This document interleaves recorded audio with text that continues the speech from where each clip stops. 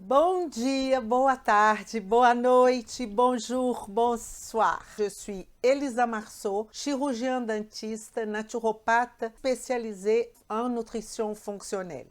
Je vous montre de A à Z comment appliquer la nutrition fonctionnelle pour transformer de vie, la vôtre et celle de vos patients.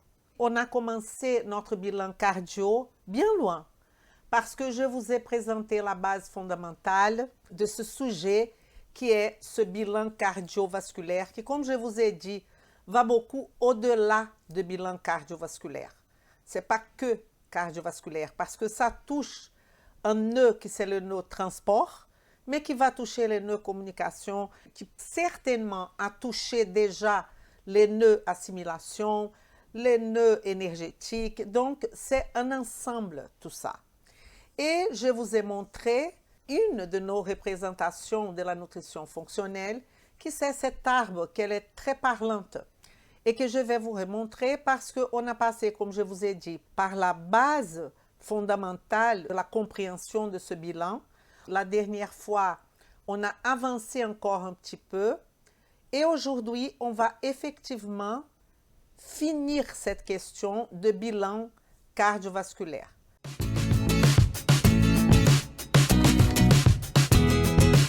Vem comigo! Ici, c'est l'arbre, que notre objectif, c'est de comment intégrer les maladies cardiovasculaires dans la nutrition fonctionnelle. Elle fait tout à fait partie de notre préoccupation. Soyez-vous un professionnel de santé comme un naturopathe, un médecin ou un coach sportif. Il ne faut pas vous donner de limites à votre connaissance. Vous allez voir que plus vous engagez dans l'étude, dans l'information, dans l'approfondissement d'un sujet, plus vous allez devenir un professionnel niveau top du top. Et on a parlé de tout ça. Je vous ai dit qu'au travers de signes et symptômes, on a la possibilité de mettre ce patient ou ses clients dans la matrice de la nutrition fonctionnelle en analysant tout ce nœud, assimilation, énergie, biotransformation, intégrité structurelle. Mais ce qui est effectivement, qui parle spécifiquement de ce bilan cardiovasculaire, c'est le nœud transport. Pourquoi? Parce que transport, c'est tout ce qui est tuyau de notre corps. Et il est effectivement lié directement au nœud communication, tout ce qui est neurotransmetteur et tout ce qui est hormonal.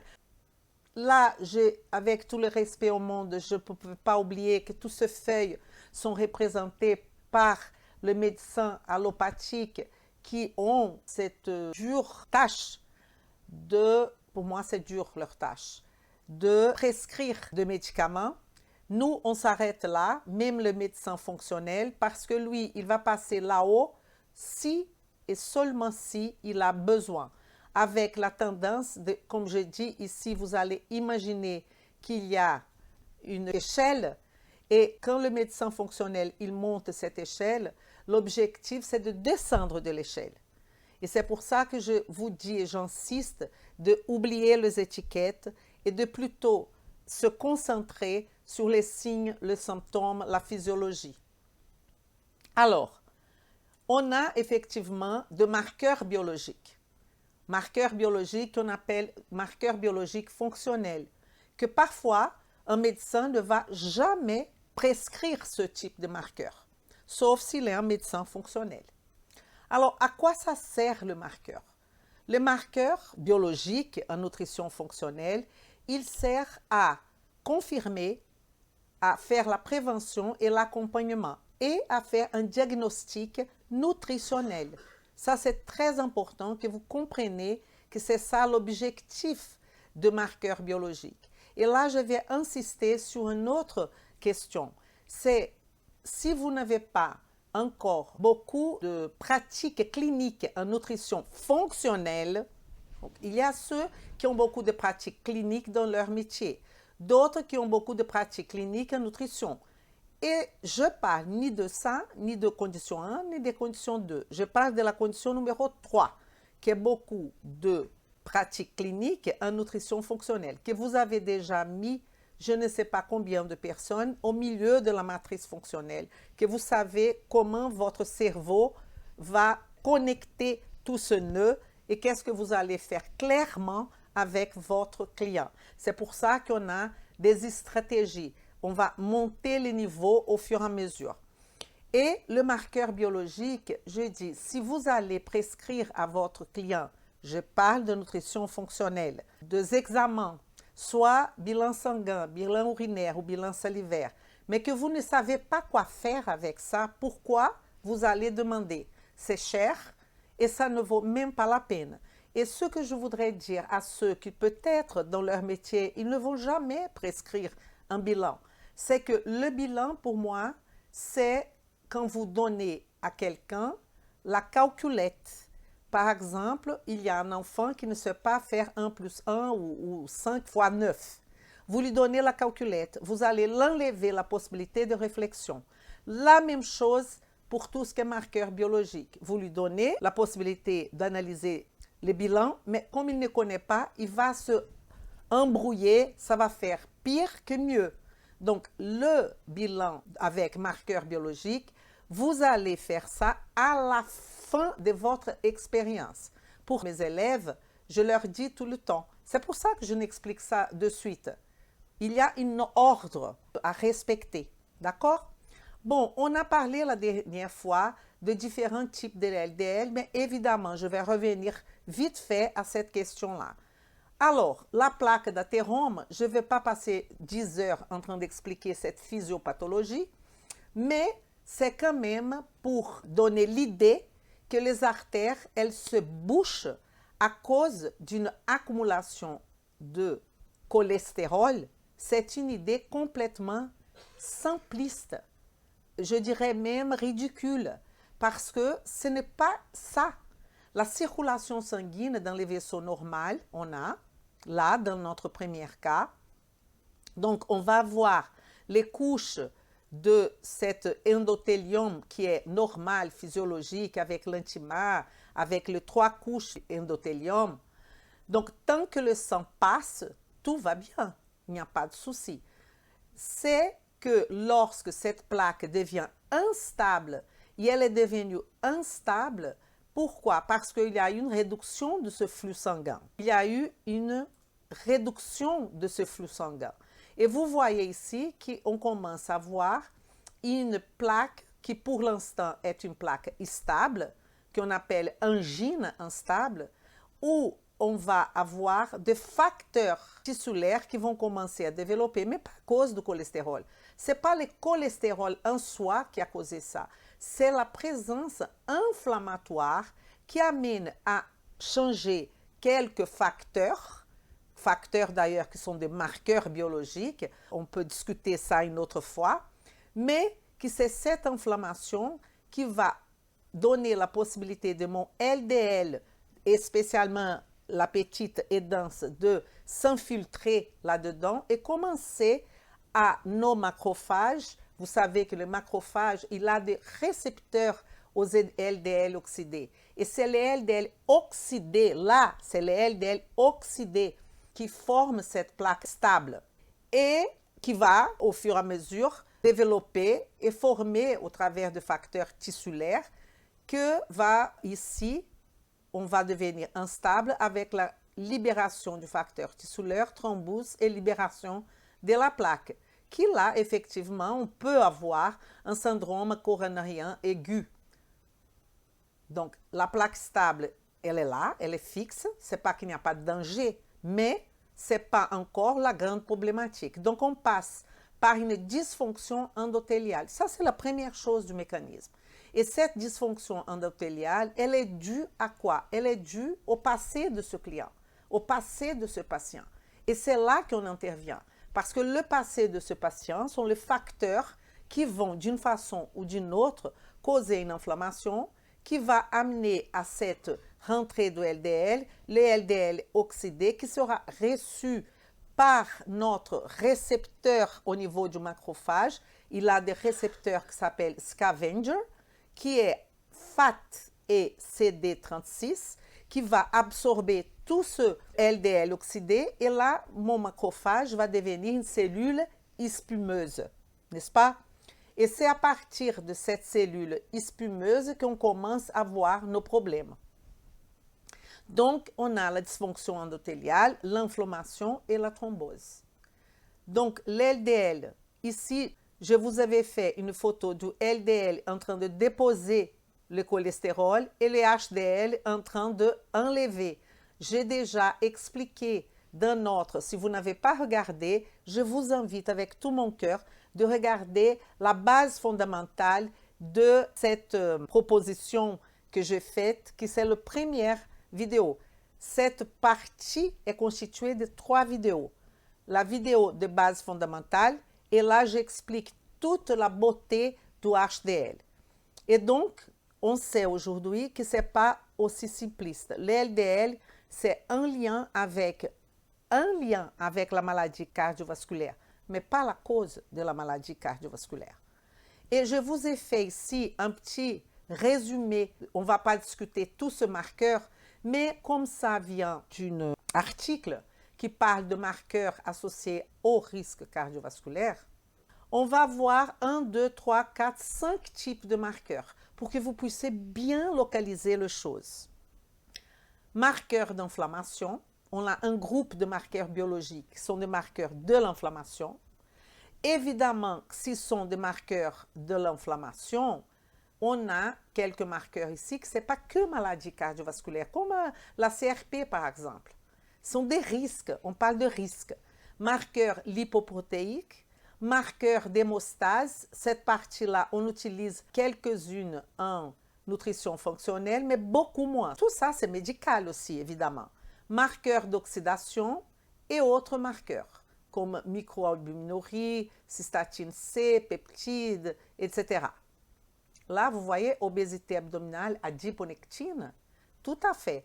Mais il y en a d'autres qu'on utilise aussi, mais que pour vous montrer qu'on peut grouper le marqueur comme inflammatoire, lipoprotéique, hémostase, marqueur d'oxydation et autres marqueurs. On peut aussi avoir des marqueurs antioxydatifs que je vais vous présenter d'ailleurs. Alors, ce qui se passe aujourd'hui, c'est que la médecine traditionnelle, la médecine allopathique, elle choisit ici quelques éléments. Et nous, de la nutrition fonctionnelle, on profite de ceux qu'ils ont choisis, mais on choisit d'autres.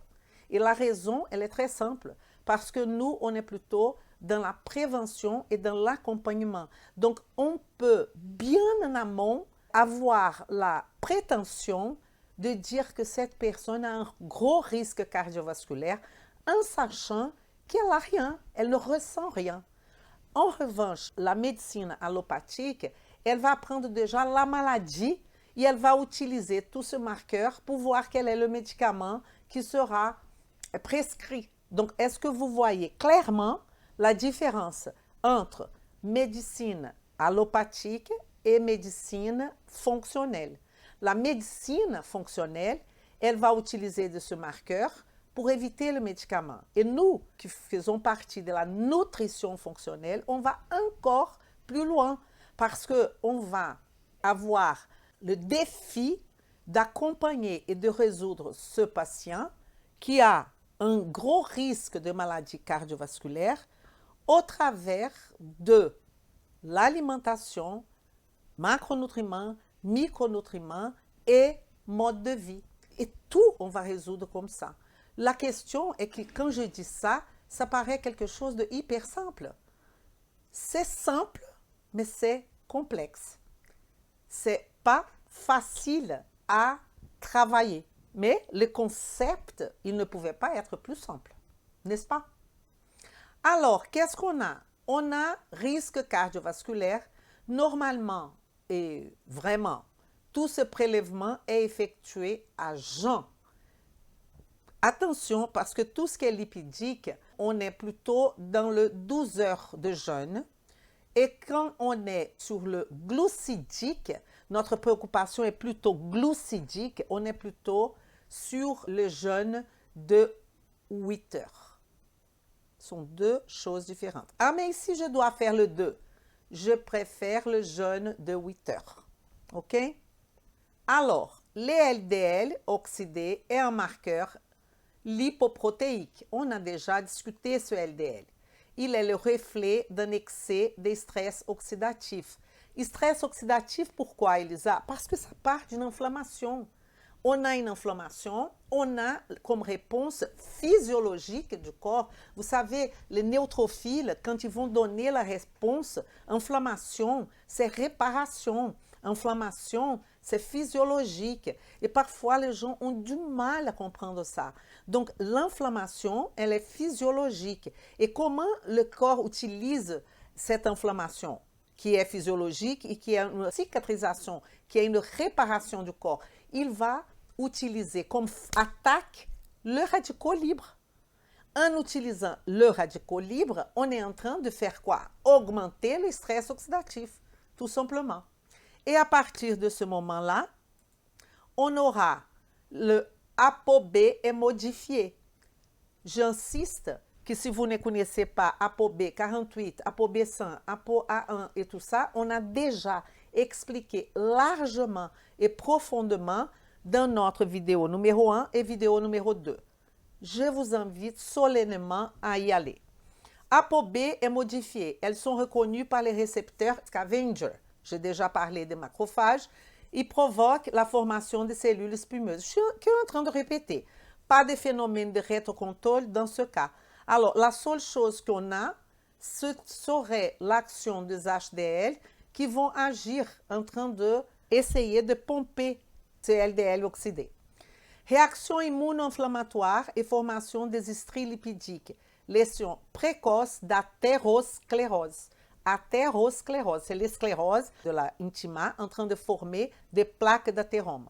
Un taux élevé de LDL oxydé, risque d'athérosclérose augmente.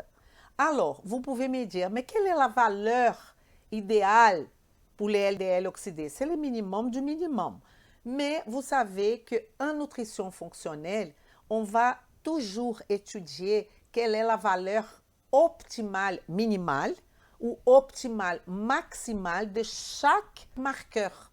Et ça, c'est un autre sujet de la nutrition fonctionnelle, que là, je ne peux pas vous expliquer tout de suite. Je peux vous donner un exemple, la vitamine D. La vitamine D, on peut avoir, si on parle de la vision de la médecine classique, avant que ça serait considéré comme normal, à partir de 32 nanogrammes. Vous imaginez? Maintenant, les laboratoires ont changé. Quelques-uns vont à 50, d'autres vont à 60, d'autres vont à 80. Vous voyez que c'est vraiment une mélange. Mais nous, de la nutrition fonctionnelle, on travaille avec la valeur optimale. Et la valeur optimale va dépendre du cas de chaque personne. Mais en moyenne, c'est autour de 60 nanogrammes par décilitre. Alors, vous donnez combien, Elisa? Je donne la quantité de gouttes qui fait que mon client et mon patient atteignent cette valeur-là. Donc, pourquoi vous êtes toujours, je donne 2 gouttes, je donne 4 gouttes, je donne 10 gouttes? Ça ne sert à rien tout ça. L'objectif, c'est d'atteindre la valeur. Le même cas, le LDL oxydé, c'est de baisser au maximum qu'on peut. On ne veut pas de LDL oxydé, tout simplement. Et l'ApoA1. L'ApoA1, c'est un autre marqueur lipoprotéique. Je vous ai parlé largement de l'ApoA1. Pourquoi il faut qu'elle soit au niveau plus haut en termes optimal? Parce que c'est la base des HDL, n'est-ce pas? C'est l'origine du HDL. Là, j'ai une valeur homme 1,20 à 1,60 grammes par litre. Femme 1,30 à 2,10 grammes par litre. Ça, c'est articles qui nous disent ça. Mais après, vous allez voir qu'on a parfois une réalité devant notre client, devant notre patient, différente de ça. Parfois, on n'arrive pas. On n'arrive pas, donc il faut compenser la baisse d'ApoA1 par d'autres éléments. Fraction, cet ApoA1 est la fraction protéique majeure des HDL. Vous savez que l'HDL est la bibliothèque, il va voir ApoA1, il va voir ApoC2, il va voir ApoE, il va voir tous ces apoprotéines ou apolipoprotéines, c'est la même chose. Il va aussi, dans notre cas, active l'enzyme L4. C'est quoi cette enzyme, Elisa? Très simple. Lécithine, cholestérol, acyltransférase. Quand on dit lécithine, on peut dire aussi que la lécithine, ela a notre nom, fosfatidilcolina. C'est la même chose, phosphatidylcholine ou lécithine. Qu'est-ce qui va faire cette L4? L'estérification, et vous savez très bien qu'est-ce que c'est, du cholestérol libre. OK? On va avoir le cholestérol estérifié. Et cette enzyme, le cholestérol estérifié, c'est une forme de stockage de cholestérol. Et donc, sa L4, elle est intracytosolique. Elle va agir sur le cholestérol intracellulaire, ce qui a été absorbé, synthétisé. OK? Il faut savoir qu'on a ApoA1, on a aussi ApoA2. Les choses ne sont pas simples. ApoA1 et ApoA2 sont les ApoA les plus courantes. Pourquoi? Parce que tant une, plutôt ApoA1, mais l'une comme l'autre, constitue cette partie protéique des HDL. OK?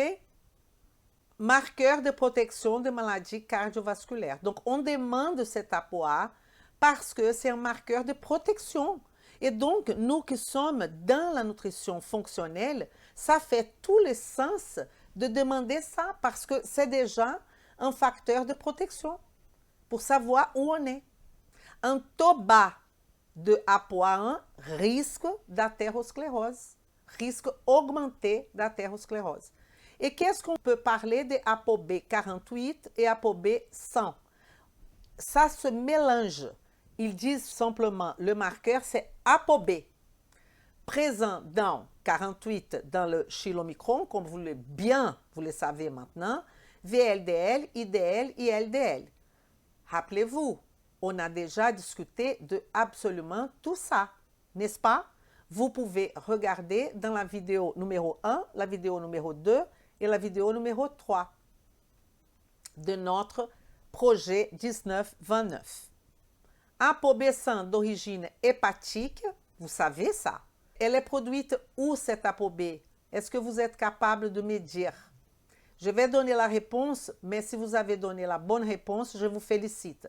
Elle a été produite au niveau du réticule endoplasmique rugueux dans l'hépatocyte qui est effectivement dans le foie. ApoB48 minoritaire d'origine intestinale liée au chylomicron. Ce chylomicron, il va prendre quelle voie? Il va prendre la voie lymphatique. Vous vous rappelez de ça? Il va prendre notre canaux chylifère. On a parlé de ça aussi. Rôle dans les transports, je parle d'ApoB, du cholestérol et des triglycérides du foie vers les tissus périphériques. Vous savez tout ça déjà. Une molécule d'ApoB100 par lipoprotéine, mais teneur en cholestérol et en triglycérides est variable. Si vous prenez une molécule d'ApoB100, vous aurez un teneur de cholestérol et de triglycérides variable. De plus en plus, la fonction de l'ApoB, c'est de s'accrocher à l'hypoprotéine lipase et elle va faire quoi?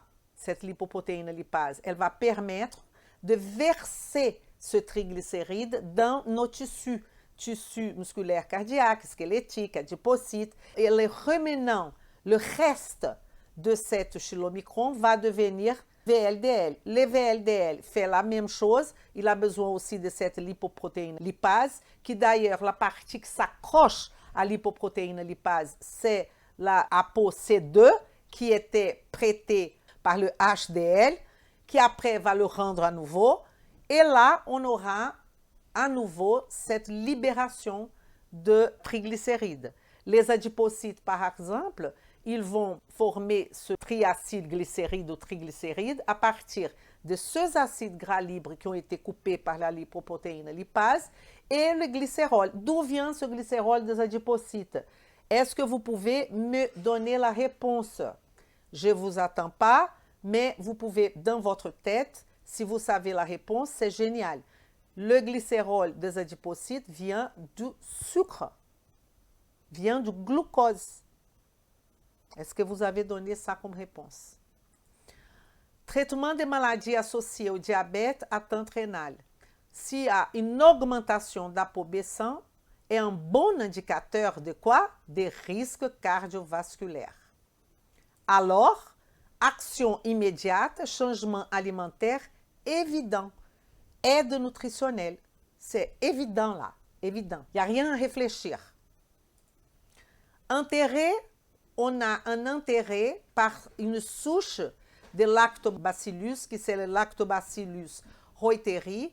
Il a des expériences que ce probiotique diminue la réabsorption du cholestérol au niveau intestinal, ça nous intéresse, en faisant une liaison avec le cholestérol. Et ainsi, les acides biliaires auront beaucoup plus de difficultés de faire son action. Donc, il y aura moins d'absorption. C'est clair?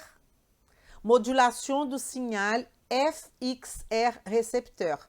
Alors, ce signal FXR récepteur, c'est un facteur qu'on appelle farnésoïde. Parce que les acides biliaires, ils vont agir en se fixant sur le récepteur nucléaire farnésoïde. Et différentes études ont montré que le rôle de ce FXR récepteur hépatique est d'agir vis-à-vis de ce récepteur nucléaire farnésoïde. Ça, c'est quelque chose qui va au-delà de notre explication d'aujourd'hui. Mais je vous mets quand même modulation du signal cellulaire FXR récepteur. Hypocholestérolémie et baisse d'ApoB100. Vous voyez que les études montrent cette action de lactobacillus reuteri.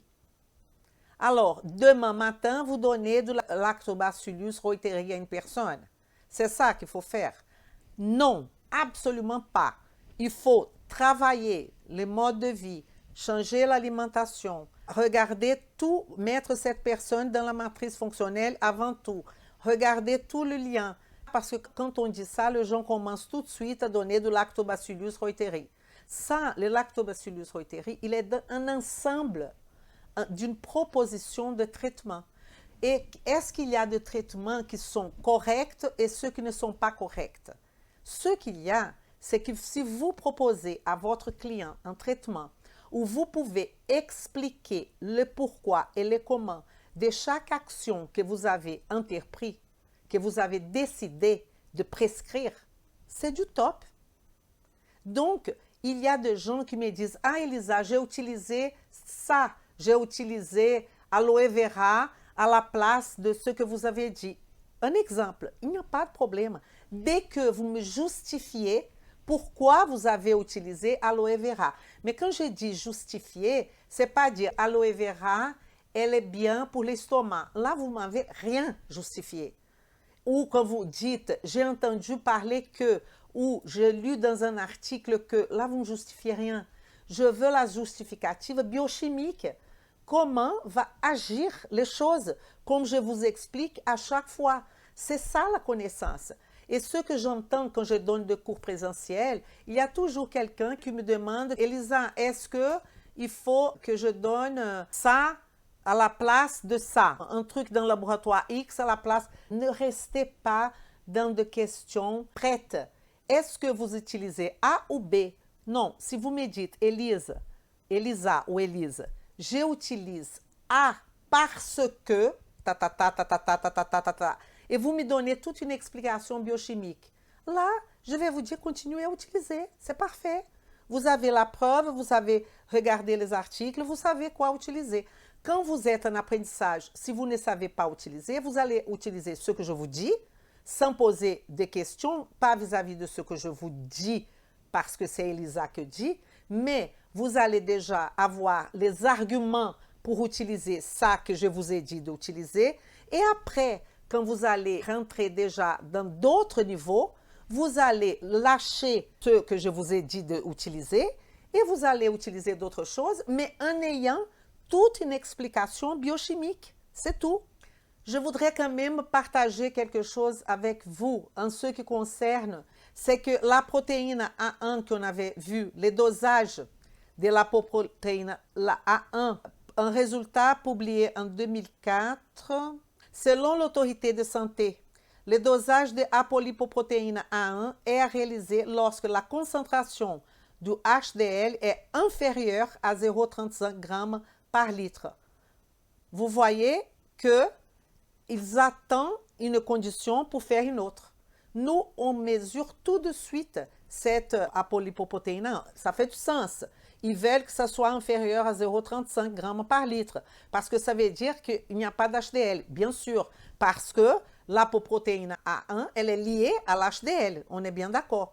Mais si on voit de bascule au niveau de l'HDL de notre client ou de notre patient dans les HDL qu'il a fait avant, on fait. Maintenant, on va passer à un autre marqueur lipoprotéique qui est la lipoprotéine petite a. Attention de ne pas tout mélanger, ok? On a parlé de ApoA1, maintenant c'est lipoprotéine petite a. Cette lipoprotéine petite a, elle est constituée de la particule de LDL et d'une glycoprotéine ApoA qui est liée à l'ApoB. Donc on a LDL, ApoB. Et lié à cette ApoB, on a cette lipoprotéine petite a. OK?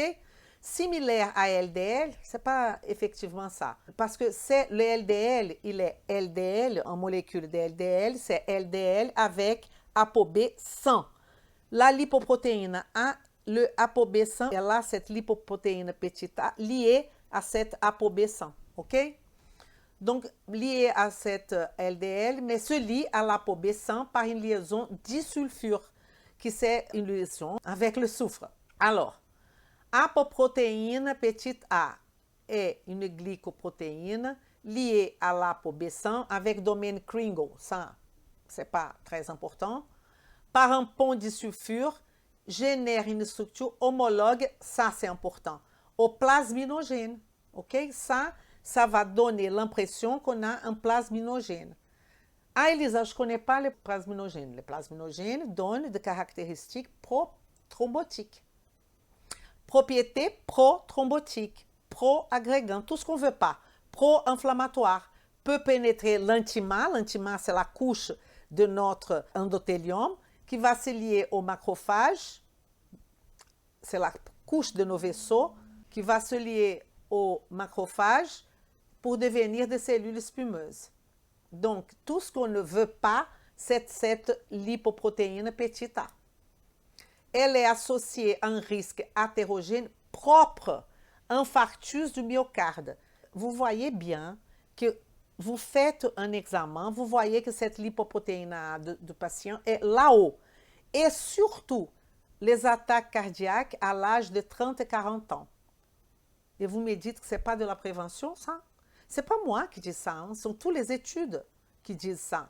Cette lipoprotéine petite a, elle était reconnue aussi comme un facteur d'accident cardiovasculaire pour les personnes âgées et surtout les jeunes. Donc, vous connaissez des footballeurs de 30 ans qui ont eu des attaques cardiaques. Quand ils ont regardé leur lipoprotéine petite a, elle était là-haut. C'est un risque athérogène propre qui ne dépend pas d'autre chose. Infarctus du myocarde. Malheureusement, les médicaments n'ont guère d'influence sur cette lipoprotéine A. Il y a une chose dans les études qui est la niacine. Qu'est-ce que c'est la niacine? Vous le savez, c'est la vitamine B3 qui va constituer notre NAD. NAD, nicotinamide dinucléotide, qui est notre camion d'énergie. Donc, la niacine, il faut savoir donner. Hein? Et elle, selon les études, va baisser de 25%. C'est pas mal. Alors, facteur indépendant lié à un polymorphisme. Né? Polymorphisme, vous savez, un SNP, un single nucléotide. Ça veut dire qu'il y a une petite mutation qu'on peut avoir ce problème avec cette lipoprotéine petite a. Risque cardiovasculaire, un marqueur de l'oxydation. Oui, vous allez me dire, un marqueur de la méthylation. Oui, mais là nous sommes dans le risque cardiovasculaire. Et il est un marqueur de la méthylation aussi parce que c'est le composé intermédiaire du cycle de la méthylation entre la méthionine et la cystathionine. Vous savez ça. Ou si vous ne savez pas, c'est pas grave. Vous savez aussi si on a un problème de méthylation, si on a un SNP au niveau de MHFR, ça veut dire de l'enzyme méthylhydrofolate réductase, ça va compliquer tout notre processus de méthylation. Mais la nutrition fonctionnelle, elle a toujours une solution.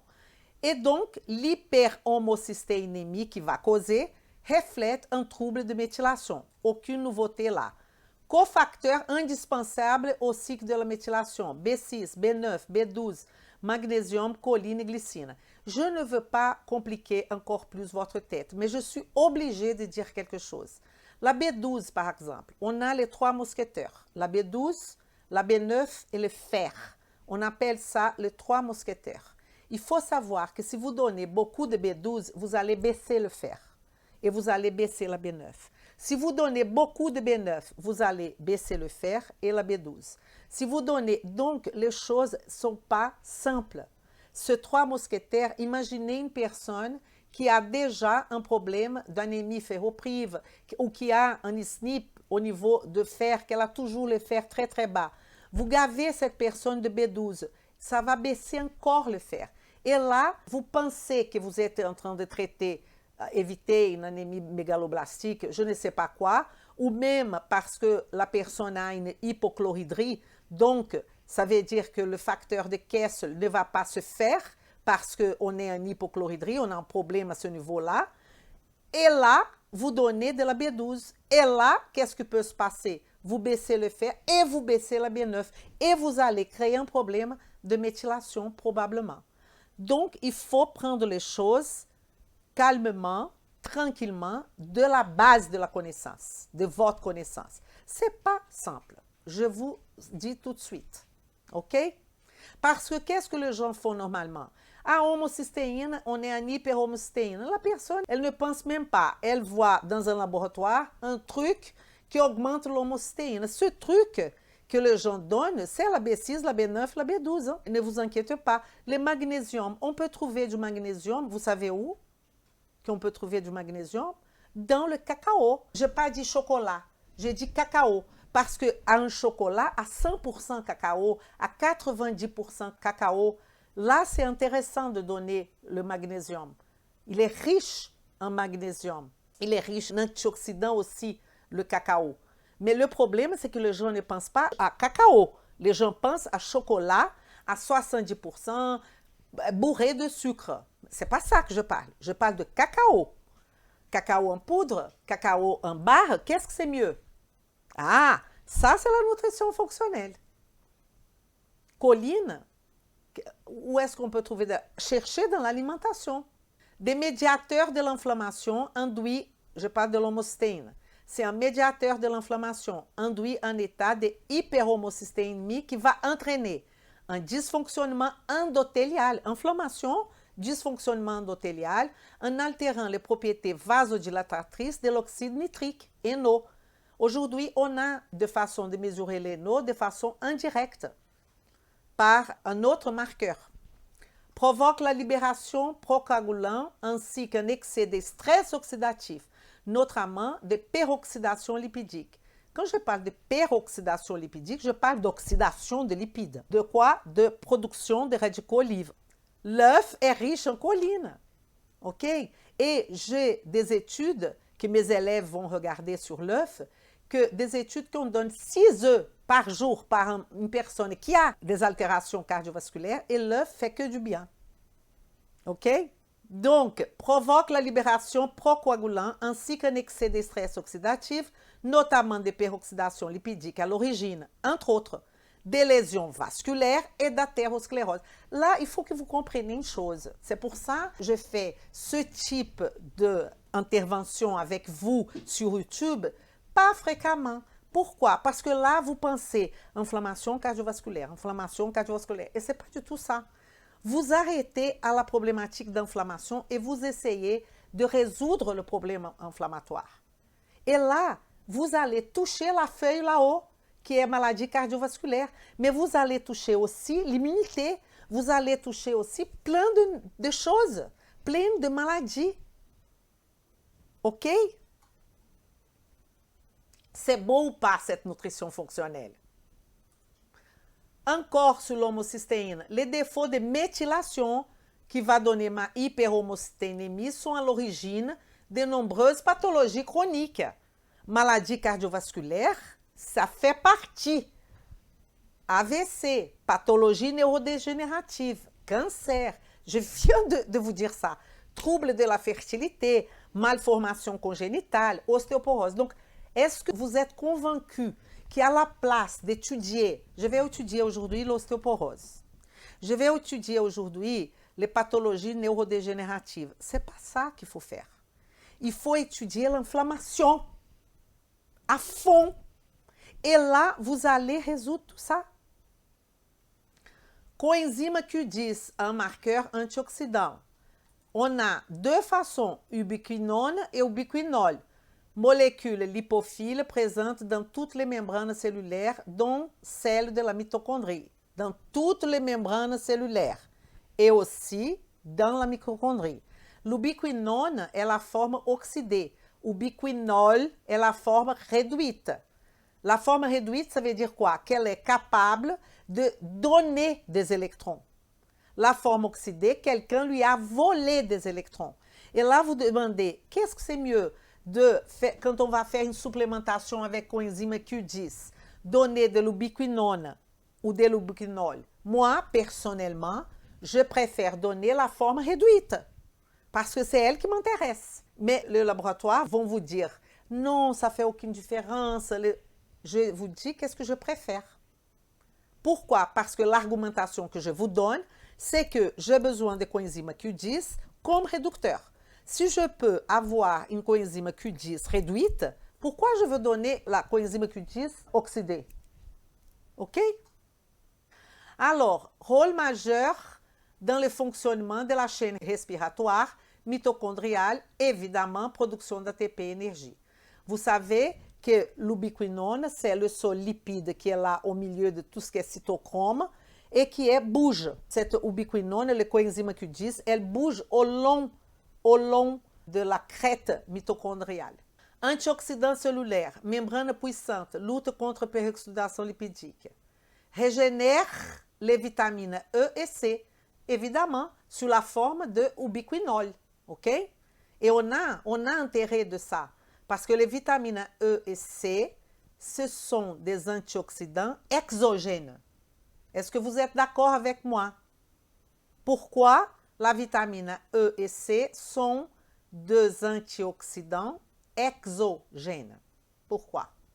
Les statines, bloquent sa synthèse car la voie de biosynthèse du cholestérol et de la coenzyme Q10 est similaire, voie du mévalonate. Là, je voudrais que vous me montrez la voie du cholestérol et la voie où la coenzyme Q10 va rentrer dans cette histoire. OK? Un taux bas de coenzyme Q10 accroît les facteurs de risque de survenue de pathologies chroniques et dégénératives. Maintenant, un autre élément très important qui est la ferritine, un marqueur inflammatoire et que tout le monde a accès parce que les médecins, ils adorent mesurer la ferritine, n'est-ce pas? Mais pour eux, la ferritine, elle peut aller de 30 à 300 nanogrammes. Il n'y a pas de problème. Nous, on a la valeur optimale, OK, de marqueur de cette protéine. Elle est la protéine de stockage du fer, ça c'est sûr, pour la cellule, réserve échangeable de fer, régule l'absorption intestinale du fer. Donc, quand vous voyez une ferritine haute, vous pouvez raisonner en termes d'intestin aussi. Quel est l'intérêt de mesurer la ferritine? Marqueur de carence en fer, absolument.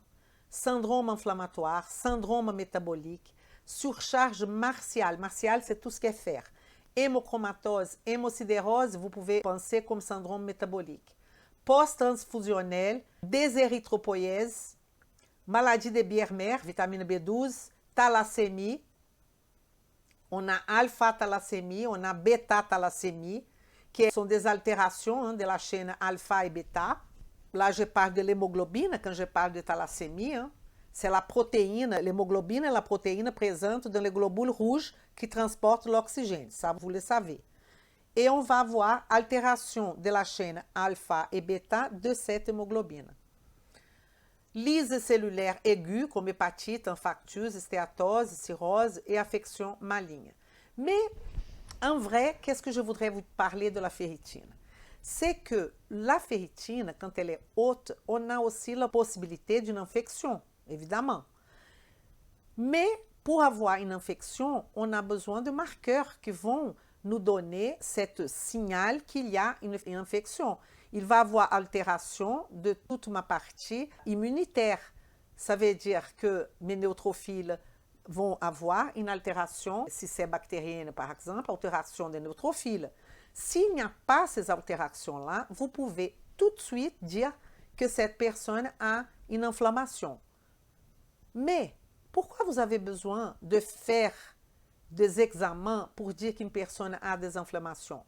La personne ouvre la bouche, elle a un problème parodontal, elle a une inflammation chronique. La personne, elle est en surpoids, elle envoie des cytokines inflammatoires tout le temps, elle a une inflammation chronique. Peut-être, si vous prenez un marqueur, vous prenez une CRP ultrasensible, ça ne va rien donner. Mais vous le savez qu'elle a une inflammation. Donc, pourquoi faire cet examen? Vous n'avez pas besoin. Vous avez besoin de prendre les signes et les symptômes et de voir la condition physique de cette personne, l'état des lieux qu'on appelle. Et là, vous savez qu'elle a une inflammation. Et qu'est-ce que vous allez faire? Vous allez faire un programme anti-inflammatoire.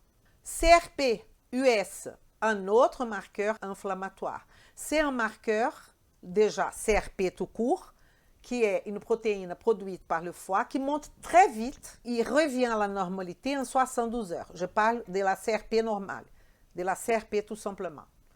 C'est une protéine d'inflammation active, mais dans les inflammations chroniques, le meilleur, c'est la CRP-US. Et je peux vous dire que parfois, elle sera pas très haute. Elle sera 1,5, 1,4. Et vous oubliez parce que vous pensez, ah bon, ben, c'est pas suffisamment haut, c'est pas la CRP qui va jusqu'à 40, 60, je sais pas combien là.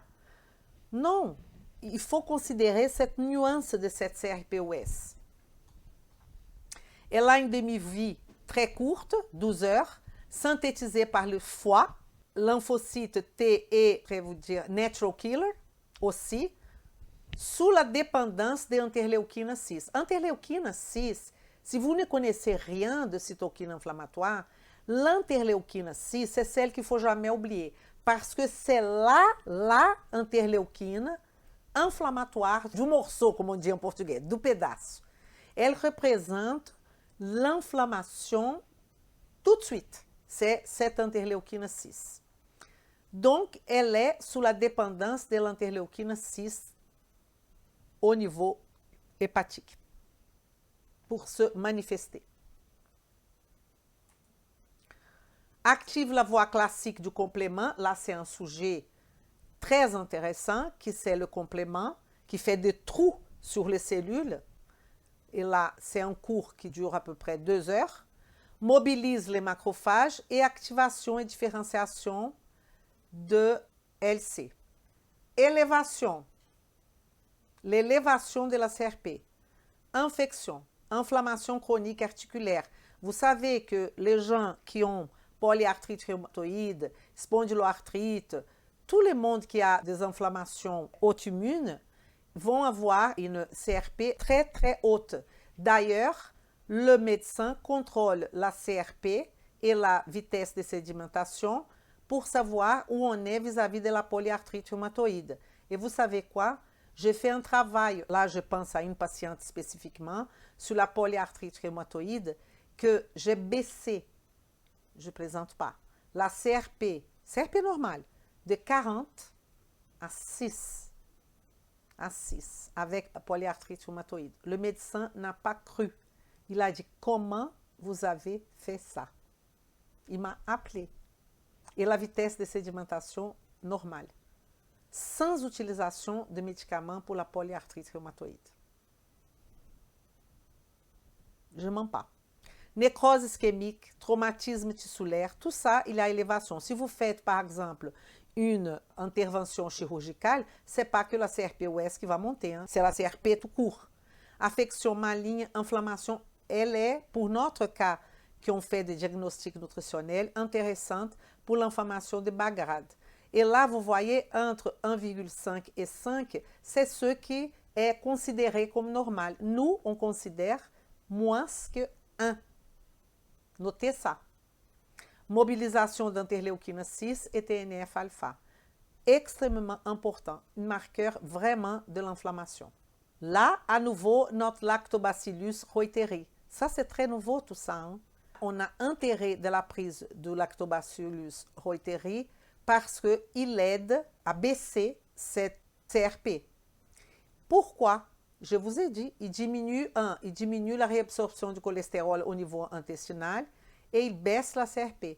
Et il va agir aussi, ça c'est une autre chose que je vais vous dire qui n'a rien à voir avec notre histoire ici, il va avoir une action sur quand on a les excès d'Helicobacter pylori pour diminuer la charge bactérienne dans l'estomac d'Helicobacter pylori quand il dérange. Helicobacter pylori, attention, je vous ai montré pendant notre présentation de la masterclass qu'il y a même aujourd'hui des études qui montrent que la présence d'Helicobacter pylori est favorable à la santé. Vous vous rappelez de ça? LP-PLA2. LP-PLA2, c'est Lipoprotein Associated Phospholipase A2. Voici un autre marqueur de l'inflammation. Produite essentiellement, ces marqueurs, par les monocytes et macrophages, donc notre système immunitaire, qui produit ce type de marqueurs. Lymphocyte T et LC, c'est toujours lymphocyte. Hein? Lymphocyte T et adipocyte. La majorité des LP-PLA2 est liée dans le plasma aux petites particules denses de LDL. Ah! Si on a une LP-PLA2 très haute, ça veut dire qu'on a beaucoup de petites particules denses de LDL. Est-ce qu'on veut ce type de particules denses? On ne veut pas, parce qu'elles vont s'infiltrer dans l'endothélium, elles vont être oxydées, ils vont rentrer dans le macrophage pour former les cellules spumeuses. Regardez cette observation que j'ai mise ici. Quand notre patient ou notre client a une LP-PLA2 haute et une CRP US haute, aurait un risque très élevé de faire dans les années qui vont venir un accident vasculaire cérébral ischémique. Vous voyez l'importance de ces LP-PLA2? Rôle pro-athérogène. Hydrolyse des LDL oxydés en composé pro-inflammatoire, comme je viens de vous expliquer. Intervient dans l'activation des macrophages. Marqueur de risque de maladie coronarienne, AVC, et il y a 2 études, WOSCOPS et ARIC. Les tissus adipeux seraient une source active de production de LP-PLA2. Vous voyez qu'on revient toujours à la base. Tissu adipeux est une source de LP-PLA2. Qu'est-ce qu'il faut que mon patient fasse? Il est en surpoids? Vous le savez la réponse. Sa concentration n'augmente pas en cas d'inflammation systémique. Systémique. Là, c'est bien localisé au niveau vasculaire. Exactement. Marqueur spécifique de l'inflammation vasculaire. Une importance capitale, LP-PLA2. Capitale. Bilan cardio complet. Je vous ai fait une séparation. Avant, j'ai fait des groupes. Groupe anti-inflammatoire, groupe oxydation, groupe antioxydant, comme c'est le cas de la coenzyme Q10 qui doit être haute, etc. Maintenant, j'ai fait une autre façon. Reflet du transport du cholestérol. C'est transport. On est bien dans le neutransport. Risque athérogène versus protection. On demande ApoA1, ApoB, rapport ApoB, ApoA1, hyper important. Pourquoi? Parce que plus on a des ApoB, que ce rapport est haut, c'est horrible. Ça veut dire plus de risques cardiovasculaires. Notre LP petit a qui est accroché là à ApoSan et LP-PLA2. Tout ça, c'est reflet du transport du cholestérol, risque athérogène. Là, on va réfléchir. ApoA1 doit être haut, ApoB bas, rapport ApoB A1 bas, lipoprotéine petite a bas, LP-PLA2 bas.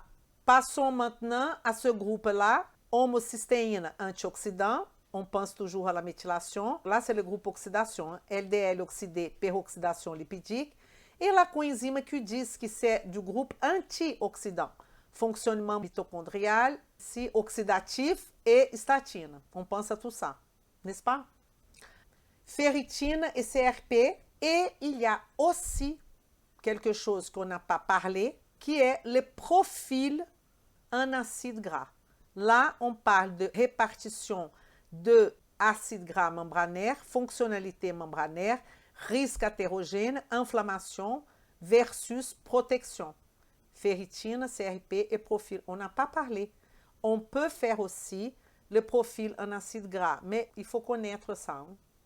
Parce que le profil en acide gras, vous faites aujourd'hui, il va donner quelque chose, vous faites demain, il va donner une autre. Il faut connaître parce que les laboratoires veulent vendre ça n'importe comment, donc il faut faire beaucoup d'attention. Il ne faut pas demander aux gens de faire ce profil-là si vous ne savez pas l'analyser. Et il y a un autre que je vais rajouter, qui est le TMAO, qui va faire un lien, là oui, entre la question digestive et la question cardiovasculaire. La TMA, en fait, qui est la triméthylamine. Donc, on a plusieurs travaux scientifiques qui démontrent que la choline là, de l'œuf qu'on vient de parler, la L-carnitine, la phosphatidylcholine, la lécithine, peuvent être métabolisées par les enzymes microbiennes intestinales pour générer la triméthylamine, qui ensuite, dû à circonstances, vont oxyder et qui vont donner ces fameux triméthylamine oxydé. Et là, c'est pas bon. On veut pas. Là, on a un problème de microbiote. Et pas un problème de l'œuf, en fait. Peut-être on a un déséquilibre, une diminution des bifidobactéries, une élévation des Escherichia coli. Là, ça vaut le coup de faire une analyse de sel. Vous voyez? Dans le cas du TMAO. Je vous souhaite une excellente soirée. J'espère que vous avez bien compris la démarche. N'oubliez pas, examen, bilan sanguin, marqueur sanguin, salivaire et urinaire, c'est de donner à calculette à quelqu'un qui ne sait pas calculer. Si vous savez bien calculer, utilisez ça avec parcimonie pour faire un excellent diagnostic nutritionnel, pour accrocher votre patient. On accroche le patient, on devient spécial, on devient une référence dans notre métier, n'importe quel est votre métier, quand on solutionne des problèmes, quand on donne des solutions, même si cette solution passe par la mobilisation, l'envie du patient, parce que c'est à vous, professionnels de santé, de à la place de critiquer le patient et dire il est un feignant, il ne veut rien faire, c'est votre travail de transformer de vie. C'est votre travail d'utiliser des stratégies pour transformer de vie. Et ce n'est pas au patient. Lui, il subit parfois des conséquences de notre travail. Lui, il doit être aussi un acteur absolument actif, absolument responsable. Mais ça ne se fait pas du jour au lendemain. Une autre chose, vous avez le droit de mettre sur YouTube, sur Facebook et sur Instagram les sujets que vous tient à cœur, en sachant que les sujets sont des sujets de la nutrition fonctionnelle. Et je regarde tout ce que vous êtes intéressés et évidemment, je vais essayer de plaire le maximum parmi vous. Donc, n'hésitez pas à laisser un message là, maintenant. Et avant de partir, je voudrais mon like. N'oublie pas mon like, ok? Et de laisser des sujets en nutrition fonctionnelle qui vous intéressent. Et si vous me dites, Elisa, je ne sais pas qu'est-ce qui c'est nutrition fonctionnelle ou pas, vous mettez le sujet et je vais vous dire si c'est de la nutrition fonctionnelle ou pas. Je vous souhaite une excellente soirée. Vem comigo!